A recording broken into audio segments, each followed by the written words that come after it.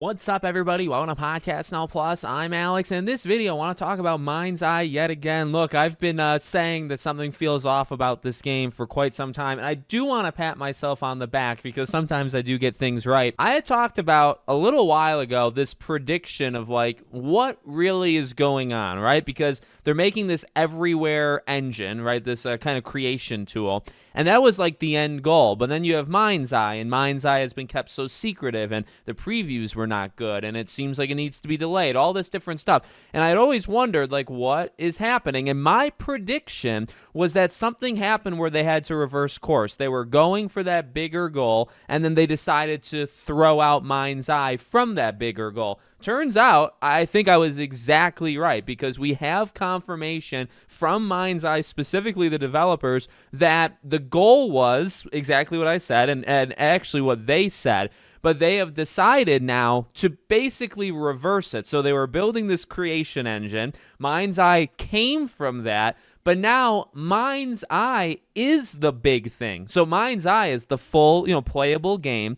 And then the creation engine is now inside MindsEye. So they reversed it. So, speculation. This is still speculation even for myself, okay?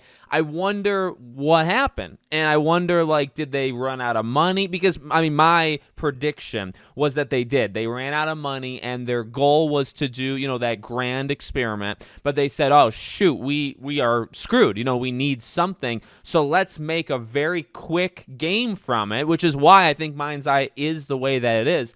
Let's make a very quick game from this engine because we need money. So we'll just sell it and we'll try to recoup as much of the cost, and then we'll keep going.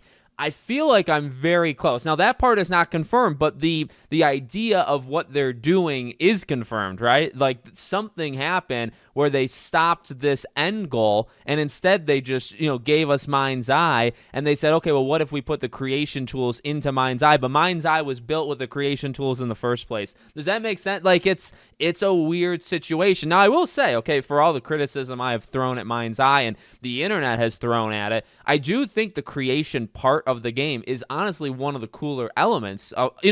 I think this game does have things here and there, okay? It's not all negative. And specifically that creation stuff, if they keep up with it, now that's a big if, because if this game fails, which I feel like it probably is not going to do very good, I wonder what the support is for long-term plans. Do they keep supporting the game with the engine stuff, right? Because I don't think it's a good idea to just rely on the community to just say, hey, build the entire game for us.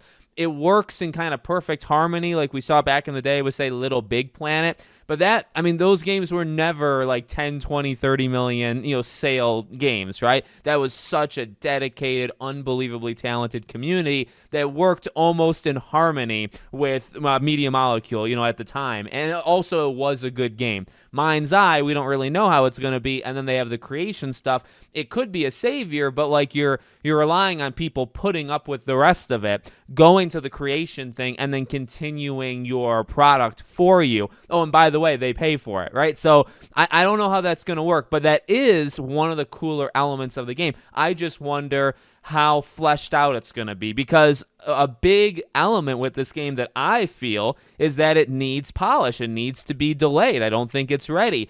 And if I feel that with the base game, well, what about the creation tools? Are they ready? Do they need polish? Is it going to be a buggy mess to try to create your own thing? Oh, and by the way, you still need, like I said, with Little Big Planet, you can create whatever you want, or even Dreams. Dreams was a slightly different scenario, but, Little Big Planet, it's a really good game. So when you create things, you're playing a really good game, and then you're playing people's creations. MindsEye, it might not be a good game, and then you're creating stuff, and that's cool, but then when you play it, well, it has to be fun. It has to be a good game, and that might be lacking. So I wanted to say that, and I also, just to kind of add this on to this video, because this freaking upset me. Well, again, everything that could be going wrong with this game is going wrong. I feel like I was one of the first people on YouTube, at least, to start to call stuff out, and I feel good about that because I saw it just a couple of weeks before other people. But the co-CEO, okay, taking a look here, the co-CEO of Build a Rocket Boy claims that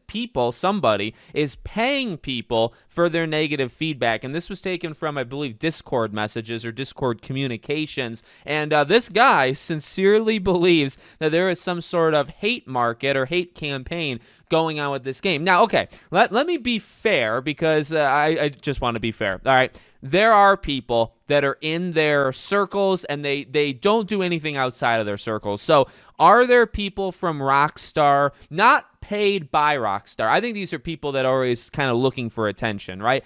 Are there people that have that Rockstar background and their entire online personality? Okay, that's actually the correct word. Their entire online personality is just one thing, and they'll bash things that don't kind of fit it 100%. This is not just Rockstar. This is not just GTA. This happens all over the place. Console warriors, of course, are like this. But, once you really start to spread out, and I think I do a pretty good job at that, you see that everywhere. I mean, there's people dedicated to one specific game or one specific genre or one specific company, and they would just be anti anything else. Those people legitimately exist. Now, I think those people are incredibly fake. Those people have sold part of their soul, in order to kind of put on that fake personality. But they're not real. They are truly not real. So, I guess giving it a little bit of credit, just the smallest, because I do want to go off on this guy after. The smallest bit of credit. Are there people that are just existing that if a game is like a GTA clone, would they have bashed Sleeping Dogs back in the day? Yes, they would.